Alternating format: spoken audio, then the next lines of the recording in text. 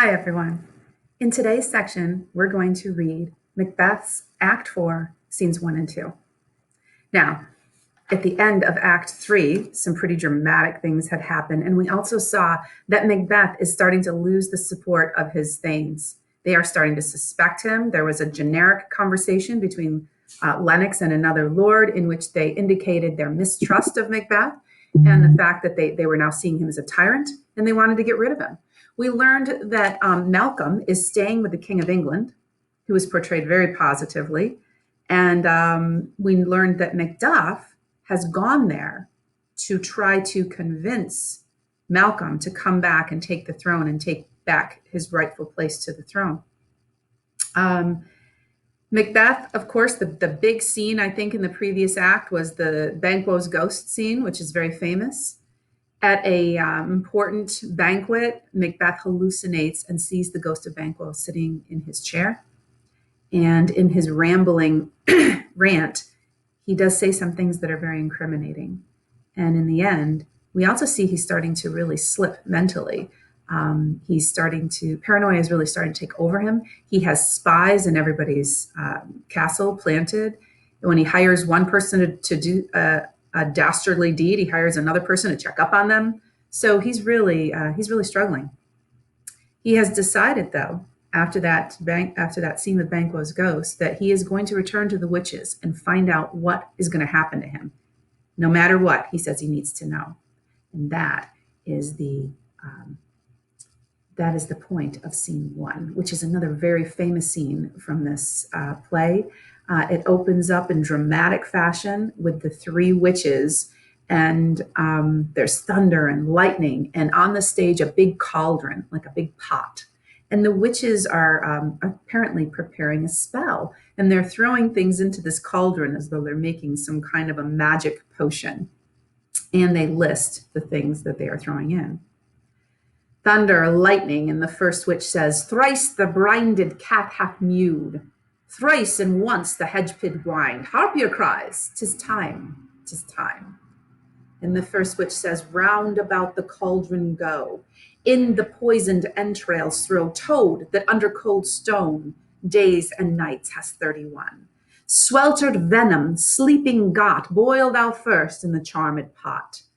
And the witches start to circle the cauldron, and then they chant all together, "Double, double, toil and trouble, fire burn and cauldron bubble." Maybe you've heard those famous lines before. Then it's the second witch's turn to add some ingredients. She says, "Fillet of a fenny snake in the cauldron, boil and bake. Eye of newt and toe of frog, wool of bat and tongue of dog. Adder's fork and blind worm's sting, lizard's leg and owlet's wing. For a charm of powerful trouble, like a hell broth, boil and bubble." Once again, they circle around and chant, "Double, double, toil and trouble, fire burn and cauldron bubble." The third witch contributes this: "Scale of dragon, tooth of wolf, witch's mummy maw and gulf, of the ravened salt sea shark, root of hemlock digged in the dark. Liver of blaspheming Jew, gall of goat and slips of ewe, slivered in the moon's eclipse, nose of Turk and Tartar's lips. Finger of birth-strangled babe, ditch delivered by a drabe. Make the gruel thick and slab, add thereto a tiger's chaudron for the ingredients of our cauldron. Double, double, toil and trouble, fire burn and cauldron bubble." And the second witch says, "Cool it with a baboon's blood, and then the charm is firm and good." At this point, Hecate enters. Hecate is kind of the boss of all the witches, and she says, "Oh, well done. I commend your pains, and everyone shall share in the gains. And now about the cauldron sing, like elves and fairies in a ring, enchanting all that you put in." And we can assume that they have some kind of strange music playing here as the witches dance around the cauldron. And then the second witch says, "By the pricking of my thumb, something wicked this way comes. Open, locks, whoever knocks." You may be familiar with that Stephen King story, "Something Wicked This Way Comes." And that line, of course, comes from this play. Now, interestingly enough, let me just explain to you how the Elizabethans may have blocked out the scene. They would have had a huge cauldron, and underneath the cauldron, possibly a trap door, so that things could come up through the cauldron and look like they were rising from the cauldron itself. At this point, Macbeth enters the scene and says, "How now, you secret black and midnight hags? What is it you do?" Not a very nice way to greet witches. They all say, "A deed without a name." And Macbeth is kind of edgy here. He says, "I conjure you by all that you profess, however you come to know it, answer me. Though you untie the winds and let them fight against the churches, though yeasty waves confound and swallow navigation up, though bladed corn be lodged and trees blown down, though castles topper on the warders' heads, though palaces and pyramids do slope their heads to the foundations, though the treasure of nature's germans tumble all together, even till destruction sicken, answer me to what I ask you." So he seems kind of bossy right here. The witches say, "Speak, demand, we'll answer." The first one says, "Say if thou hadst rather hear it from our mouths or from our masters." Macbeth says, "Call him, let me see him." And the first witch says, "Pour in sow's blood that hath eaten her 9 farrow, grease that sweetened from the murders give it throw into the flame." And they all say, "Come high or low, thyself in office deftly show." Thunder, lightning, and up from the cauldron rises an armed head. I know what you're thinking. You're probably visioning a head with arms coming out of it, but that's not really what it is. By an armed head, they mean a head that has a helmet on it as though it were going to war, like a warlike helmet. Macbeth tries to speak to this apparition or this vision and says, "Tell me, thou unknown power." But the first witch says, "He knows thy thought. Hear his speech, but say thou naught." The first one says, "Macbeth, Macbeth, Macbeth, beware Macduff, beware the Thane of Fife, dismiss me, enough." And then he sinks back down into the cauldron. So the message he has for Macbeth is, beware Macduff. Macbeth says, "Whatever thou art, for thy good caution, thanks. Thou hast heart my fear aright. But one word more." So he agrees he should beware Macduff. He says, "Yeah, I thought so." And he tries to ask the vision another question, but the first witch says, "He will not be commanded. Here's another more potent than the first. Thunder, lightning, a bloody child arises from the cauldron." And the second apparition says, "Macbeth, Macbeth, Macbeth." And Macbeth says, "Has I 3 ears, I'd hear thee. Be bloody, bold, and resolute. Laugh to scorn the power of man, for none of woman born shall harm Macbeth." So the message he has for Macbeth is, be bold, do what you want, because no one born of a woman will harm you. Now, you may be thinking, as I am, this seems to kind of contradict the previous advice from the previous apparition who said, beware Macduff. And then this guy says, no one born of woman will harm you, so don't worry about it. Macbeth says this, "Then live, Macduff, what need I fear of thee? But yet I'll make assurance double sure and take a bond of fate. Thou shalt not live, that I may tell pale-hearted fear it lies and sleep in spite of thunder." So what Macbeth says is, well, then, Macduff, what do I care about you? But just to be double sure, I'm going to kill him anyway because, hey, you never know. Thunder, lightning, and a third apparition, this one even weirder than the ones that came before it. Out of the cauldron arises a child wearing a crown with a tree in his hand. So his hand is out like this, and there seems to be a tree in it.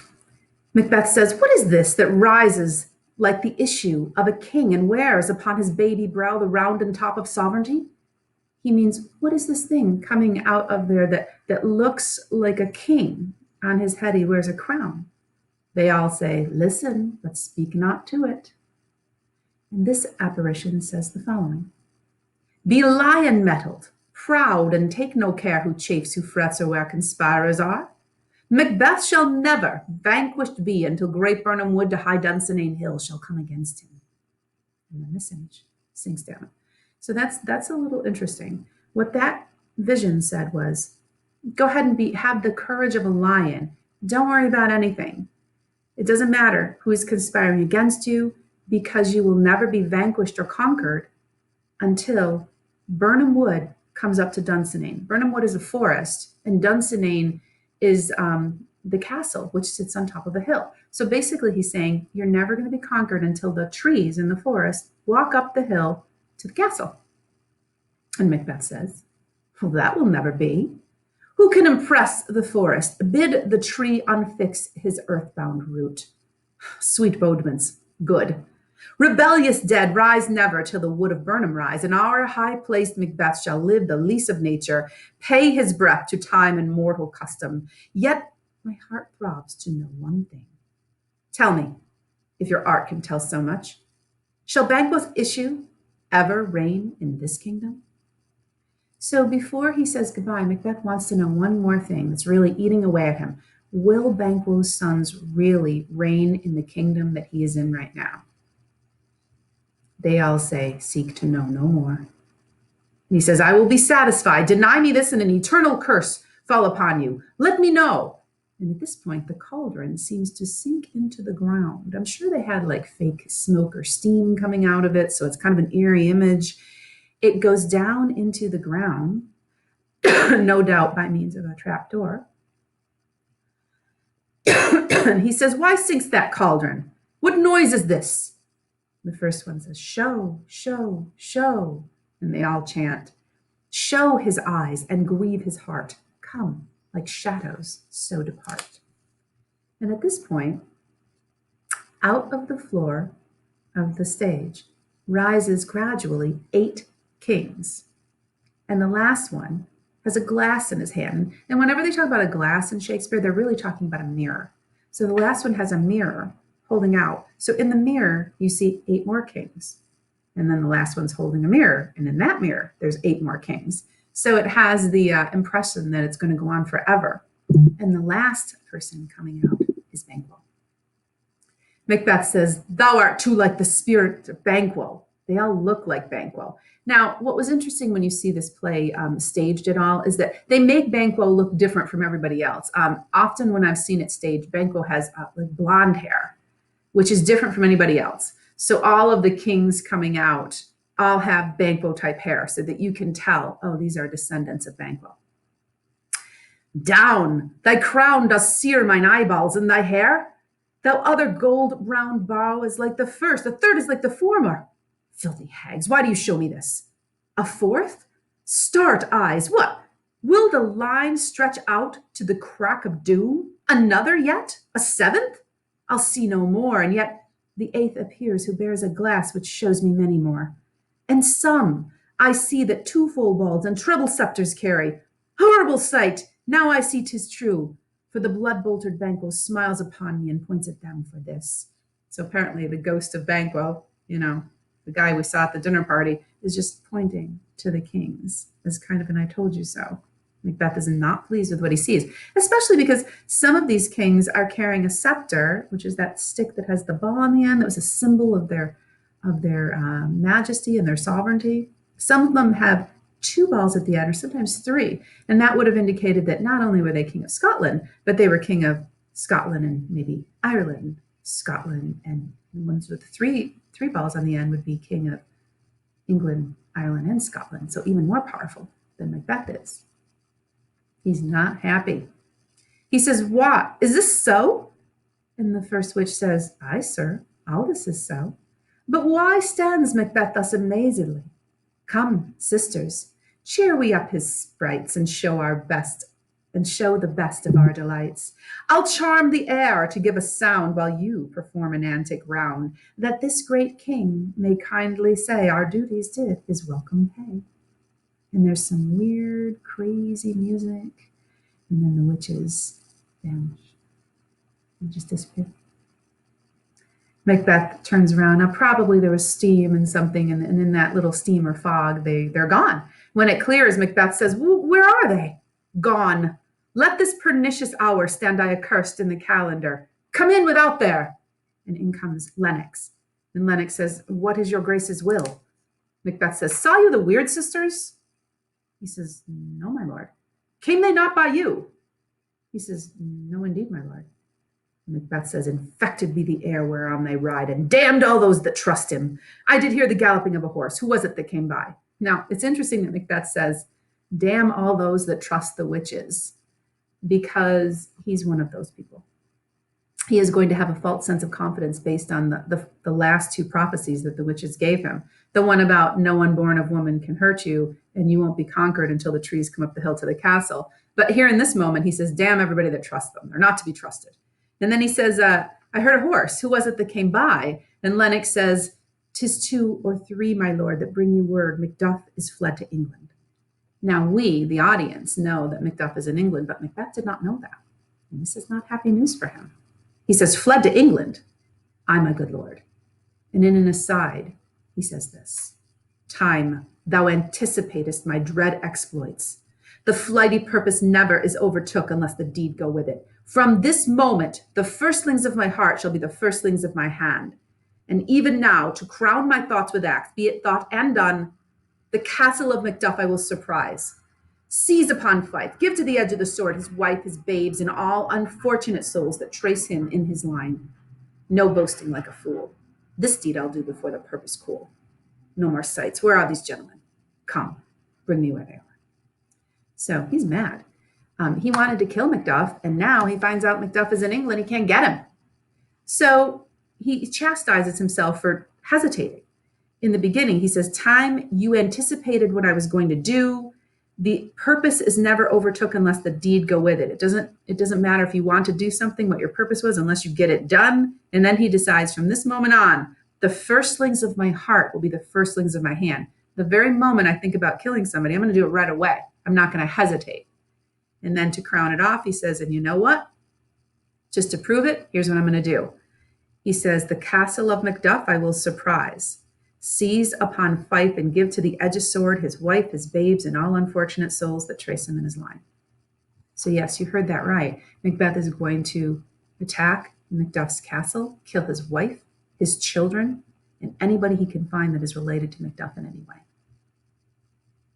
So just think about that a little bit. Look how far our main character has fallen.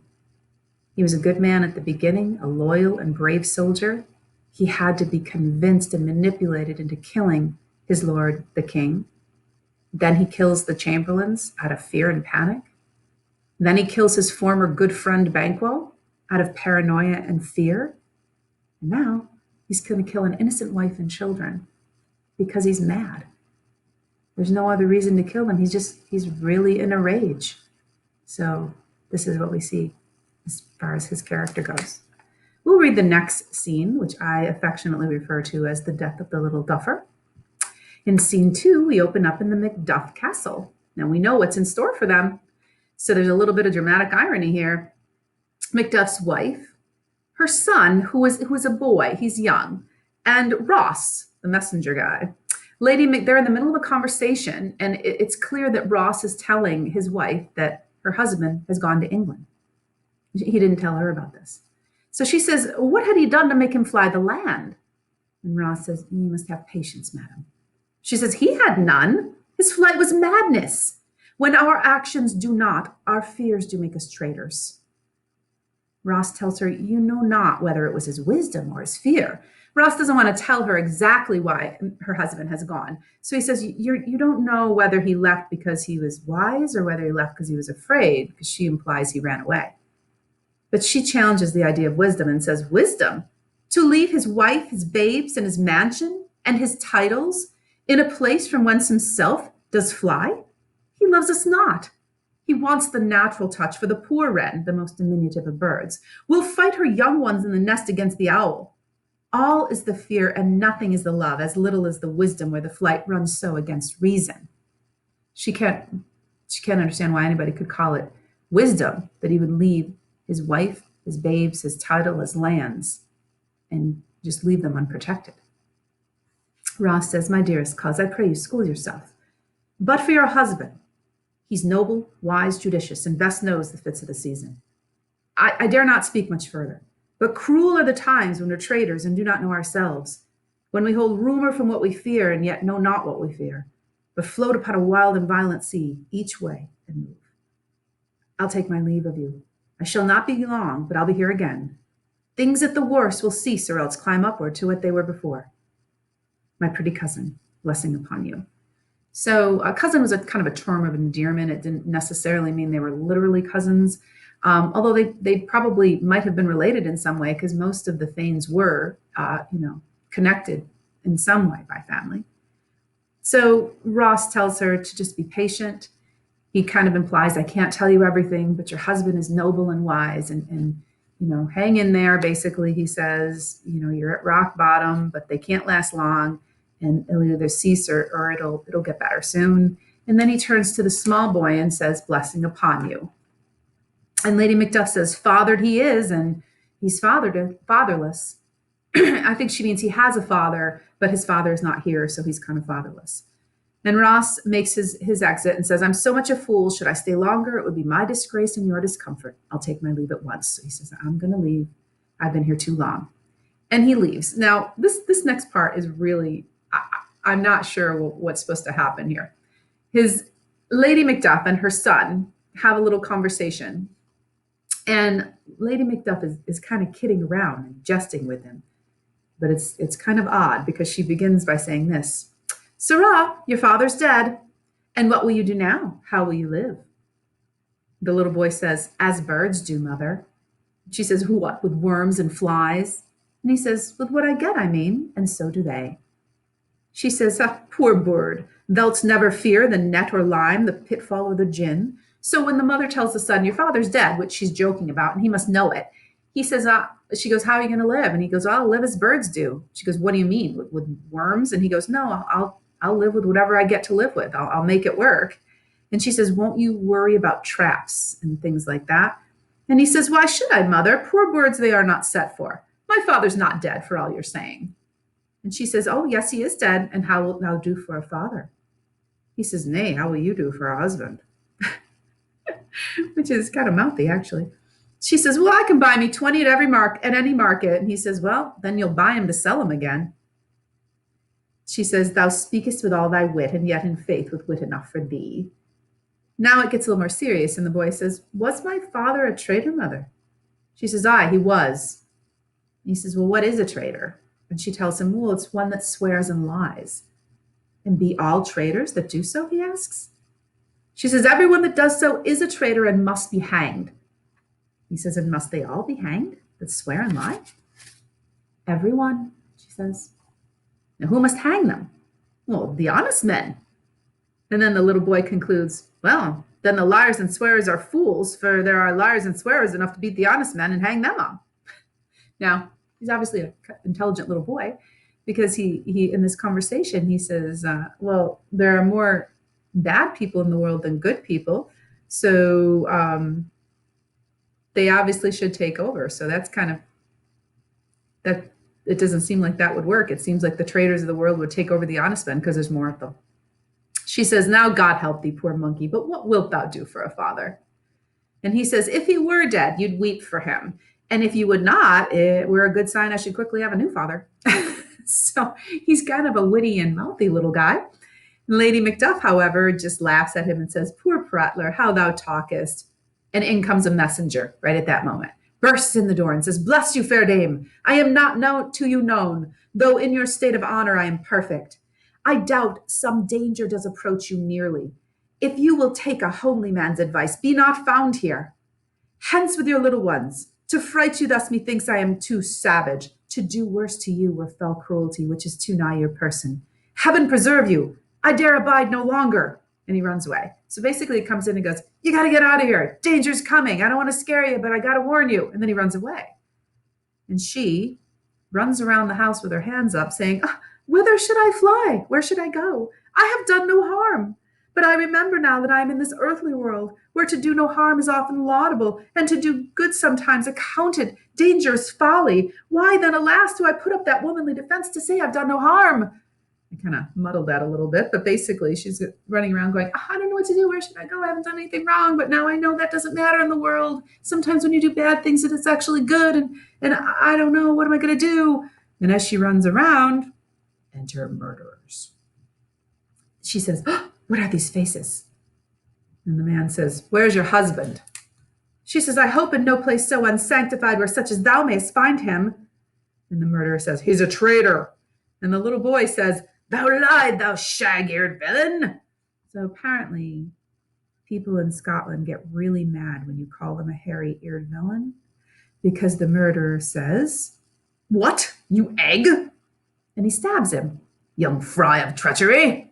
So the lesson to be learned here, kids, is if murderers enter your house, do not call them a shag-eared villain. It really makes them mad. Not only do they call you an egg, but they stab you. And then at the end of the scene, this little boy lying on the floor, bleeding, dies in true Shakespeare fashion by saying this: he's killed me, mother! Run away! I pray you! And Lady Macduff runs off stage with the murderers in hot pursuit. Way to go, Mom. Way to help your dying son run away. Only in Shakespeare, kids. Only in Shakespeare. So that ends up the scene. We see how Macbeth has really crossed another line in his corruption. Now he's willing to kill an innocent woman and her child, just to assuage some of the rage he feels about not being able to get her husband. So that's the end of Act 3, Scenes 1 and 2. Thank you for coming. We'll read more later.